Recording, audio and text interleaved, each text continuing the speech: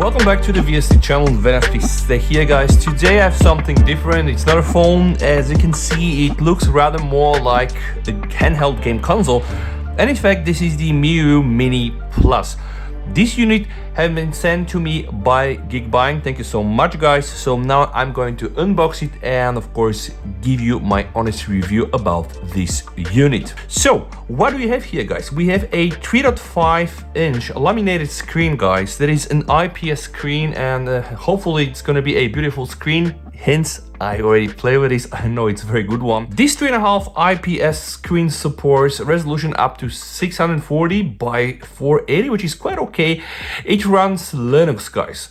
And what is the CPU? The CPU is powered by ARM Cortex. It's an A7. It's a dual core 122.G gigahertz. It's actually quite nice. And as you can just see, there are plenty of other important tricks inside, like Wi-Fi.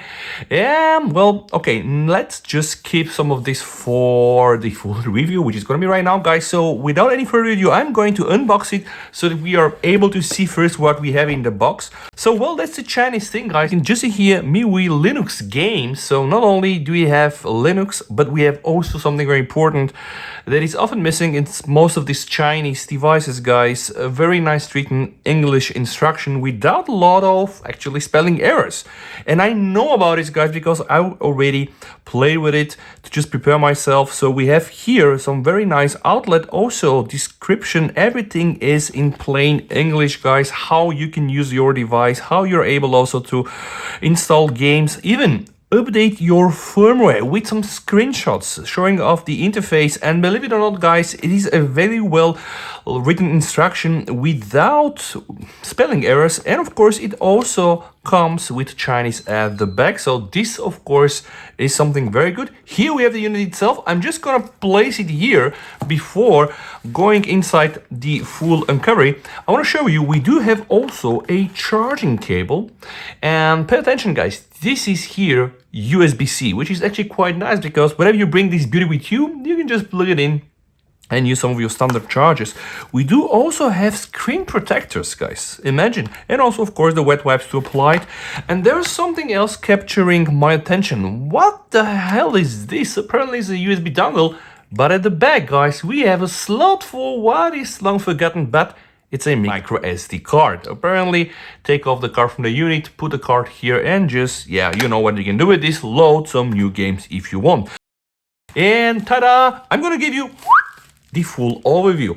And of course, I am gonna do this here in front of the camera. There are some bubbles. Why? Because I play with this device and I actually know how good it is.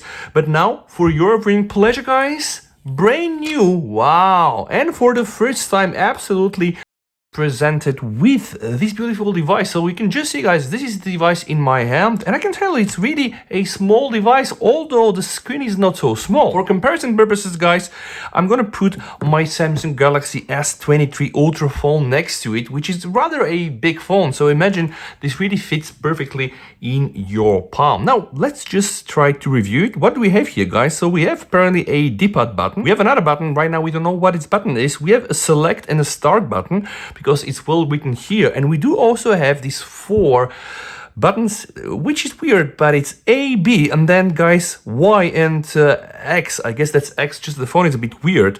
Now, on the left of the unit, we have the volume rocker, down and up, guys. If I turn it like this, boom, the USB-C port. We have also the micro SD card, and yep, this is true. This is a headphone jack. On this side, guys, we don't have anything. This here is the power button, also allowing us to hear some sound, which will come also from here and here. And guys, if I turn the device on the back, R button, we have the L button, and then we have R2 and L2. And of course, inside we do also have the battery, which is a rechargeable one. And what I like about this design is the fact that it's translucent and transparent. You can pretty much see what we have inside. Without any further ado, what I'm going to be doing for this video, I'm going to be switching this device on. Boom! Suddenly we have illumination and then MIUI Linux games. I know it sounds like MIUI, but it's not MIUI. It's Miyoo or Miyoo Mini Plus. So this is the first loading, guys. The first thing that we can immediately see is like, all right, this display is actually not bad. How do I know this? Well, let me show you. I am not really a stranger to gaming consoles. In fact, I'm just gathering them here. I have a lot of PSPs, I have a PS Vita, I have Nintendos, 2XL, 3XL, new ones, old ones. And of course, I do use some of them, if not most of them, for emulation. Now, this has been one of the devices, again, a Chinese device called Family Pocket, which is, I guess, a nice Eastern egg to Famicom, guys. And the moment I am to power this device, you're gonna see first, the screen is a really tiny screen. And of course, the quality is just not immediately. We can see this, the quality here of this IPS screen is far superior than this. Of course, this device is only like $25-30. This is more like 50, 60 to 70 US dollars. Here, yeah, we have other limitations as well. We have a micro USB. So of course, they're really absolutely different devices, and I have a full video covering this and all the systems, starting from FC, Famicom to CPS, Capcom Play System to Mega Drive, the Game Boy Color and the Game Boy and the Sega Mega Drive, guys, and also the Game Gear from Sega and all of this. But now back on this. So this device, definitely the first time we just started, boom.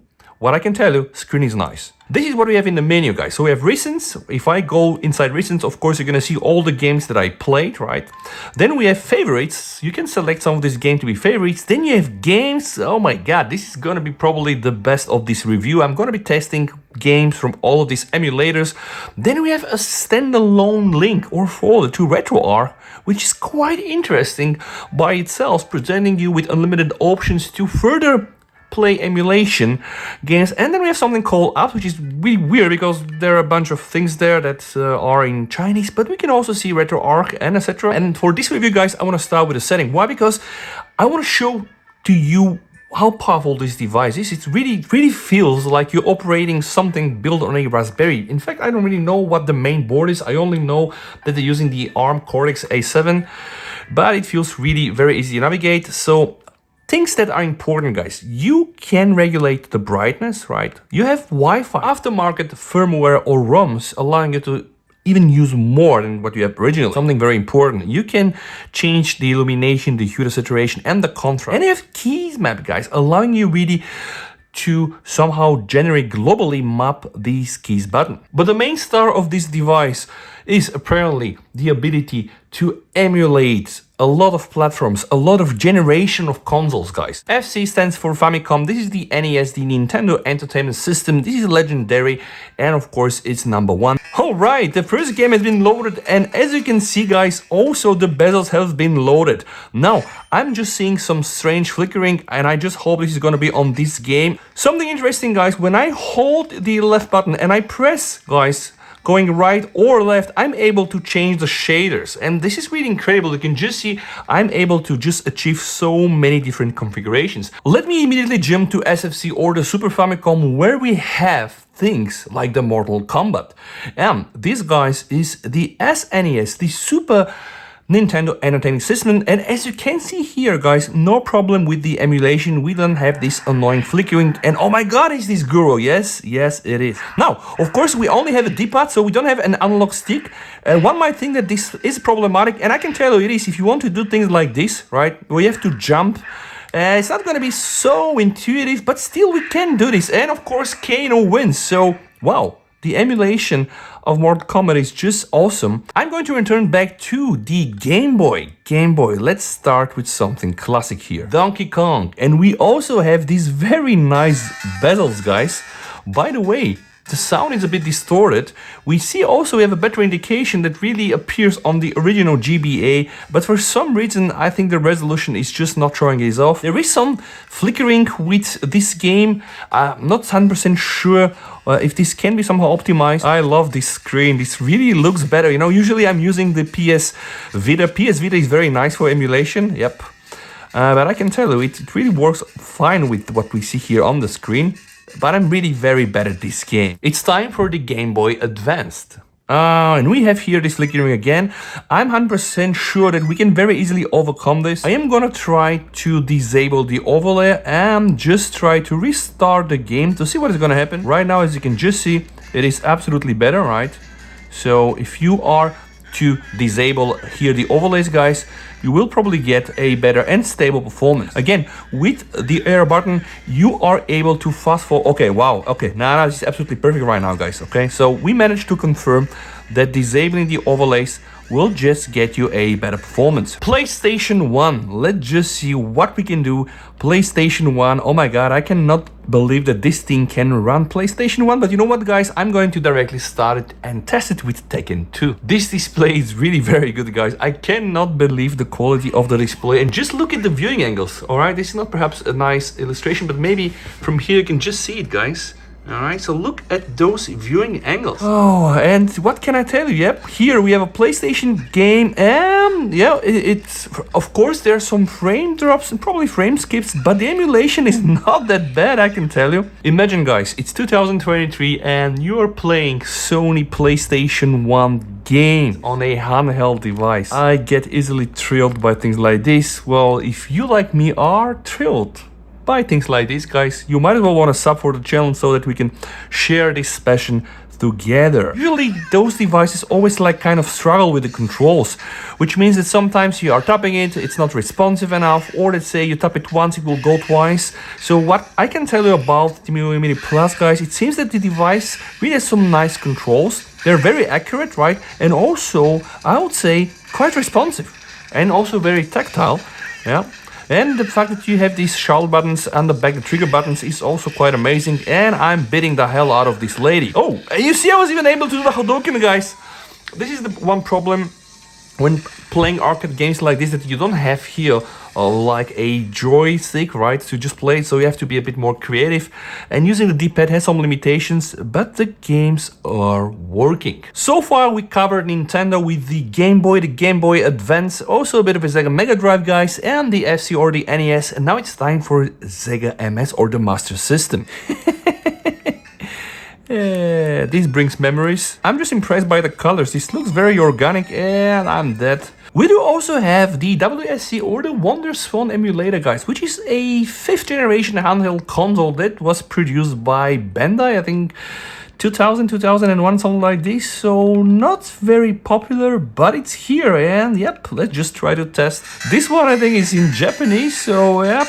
Alright, but it works. And again, Golden Axe also for the WonderSwan. Let's just try to test this. You can also watch my old video playing the Golden Axe on my Nokia M70, I think, with a Java emulation. Wow. And now it's time to check the other options. Under number 9 we have the PC Engine. Well, it is a 16-bit system developed by NEC or NEC. Do you know what a bezel is?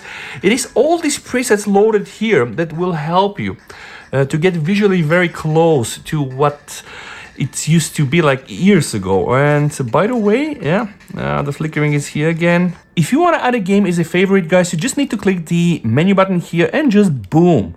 And this right now will be marked as a favorite game, which means that you can go back in favorite, and then here you're gonna have your favorite game. I'm gonna try to reboot, shut down my device, start it again, and just see if that will solve the issue. Apparently this really solved it. So if you experience any flicker issue, guys, just reboot the device. Oh, it runs so smooth right now. What the hell just happened? Jesus, this is fun, I can tell you. The Neo Geo, guys, OMG, one of the best games are there, namely the Metal Slug 4. I play this game everywhere I can on my Raspberry. I even built, you know, a dual controller with joysticks to play with my boys. Okay, you have the option to also throw grenades, and of course the option to just shoot everything that you see. And by the way, this is, wow, I mean, this game is more or less like graphically intensive, and it still operates quite nice, which is good. The Metal Slug. And guys, oh, I'm out of bumps. Remember, if you want to save your game, press the menu button, go here, boom, press save. You can do 10 saves each game, and then enjoy your gameplay. Alright. Cool. Okay. The SMS Plus, it's a Sega Master System or also a Sega GG or Game Gear emulator, and it works quite nice, as you can see. But remember, guys, I told you that I'm not going to close my review before testing Cadillacs and Dinosaurs and also Prince of Persia. And Where can you find Cadillacs and Dinosaurs, guys? Well, this is a game that is released by Capcom and it was targeted at the CPS or the Capcom Power System. So, yep, inside the arcade you see CPS 1, alright, and then you have also CPS 2 and even CPS 3, guys. But without any further ado, guys, we have the CPS 1. So we have here actually these two versions. Pump the coins, press the start button, choose Mustafa, and listen now. Wow. Wow.